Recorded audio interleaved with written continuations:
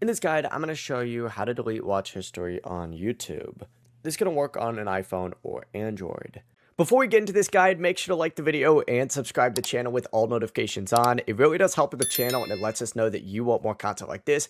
We'd greatly appreciate it. And if at any point throughout this guide you did have any questions, just ask them down in the comment section below and we could help you out further. I'm going to be doing my best to reply to every single comment down there. Go ahead and begin by tapping U down in the bottom right corner, and you're going to see your recent history on this page. If you want to remove one video on here, you can go ahead and just select the three dots next to it, and then select remove from watch history. That is one thing that you could do, or what you could also do is select the setting gear up in the top right, scroll down to manage all history, open that up, and on the history page, you could go through, tap X next to all this stuff, or you could delete all time, delete a custom range, or delete today. It's completely up to you. You can even turn on auto delete as well if you want.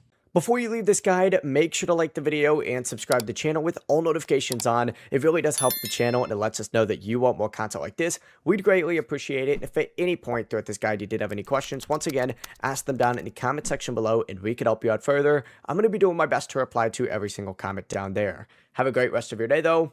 Peace.